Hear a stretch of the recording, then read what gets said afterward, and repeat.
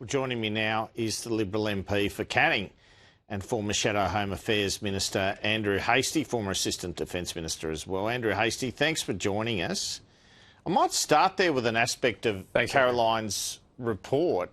What do you think of Marine Faruqi and her colleagues visiting this site? It's utter hypocrisy.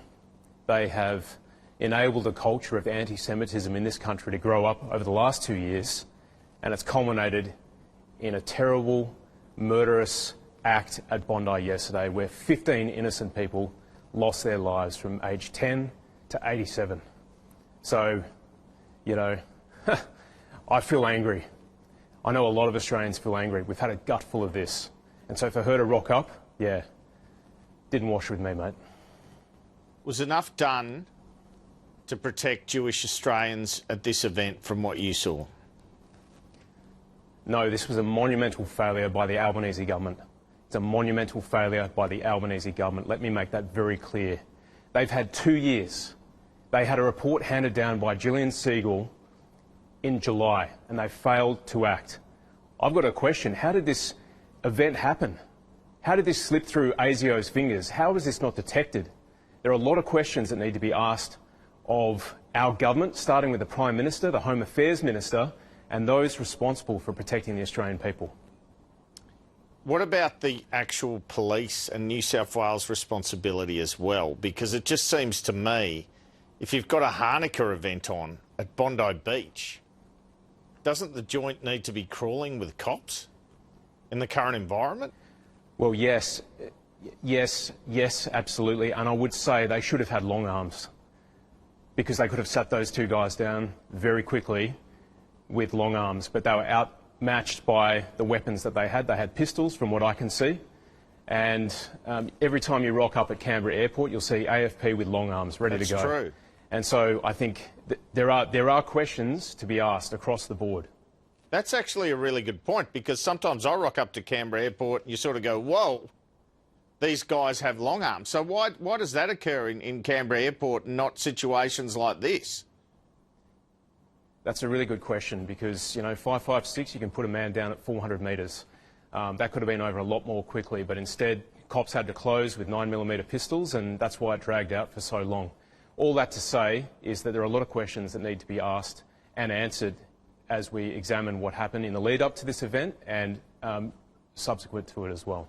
Andrew Hastie, I do have to ask here, if the government had taken more action against anti-Semitism and, you know, given a little bit more money for security, made some tougher public statements, even thrown more resources into the Australian Federal Police or ASIO, do you concede it mightn't have made a difference, because you've got a pair of psychos who want to go and shoot people randomly, and you can't contain every sort of lone wolf type situation? Andrew, this goes to a much deeper question about immigration. The father was not an Australian citizen. He was on a visa. And so the real question is, who are we letting into our country? And I know the Australian people have had a gutful, and I think we need to narrow very dramatically those who we let into our country. They need to support Australian values, faith, reason, inquiry, debate, persuasion. They need to support our country and our people. And what we saw yesterday were two people, and let's be clear here, it looks like radical militant Islam, who used guns to cut down people, innocent people, during a very significant religious festival, Hanukkah. And that's why I'm angry, that's why so many people are angry, because our political class has to wake up. You know, we can't keep going on like this. We saw it the day after. Would you like to see in 2023? Sorry, go on. We saw it on the steps of the Opera House. We saw it. We're all warned. We saw the tumour, and that cancer has metastasised over the last 2 years under the watch of Prime Minister Anthony Albanese, and that's a reality he's got to face up to. He has not done enough. He has not led with moral clarity. He has not done enough to protect the Jewish community. He failed to act on the July report handed down by Ms Siegel, and it's unacceptable. Okay, very good point that they were immigrants. But so was the bloke who intervened and ripped the gun off the guy, right? Now, there's some conjecture whether he's Muslim or Catholic Maronite. I don't know. I've heard from official sources he's Muslim, but let's forget his faith.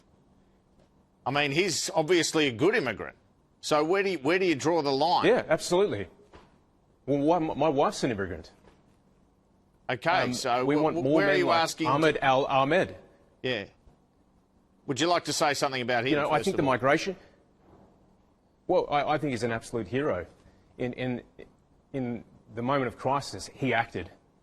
He disregarded his own safety. He acted, and he took that guy on head on, and he took the weapon off him. For that, he's a hero. He should be awarded the highest bravery honour we can give him. Absolutely, no question. But so where do we draw the line on immigration then? Do you want to see less immigration from Muslim countries? Do you want to see tougher checks? What do you want to see?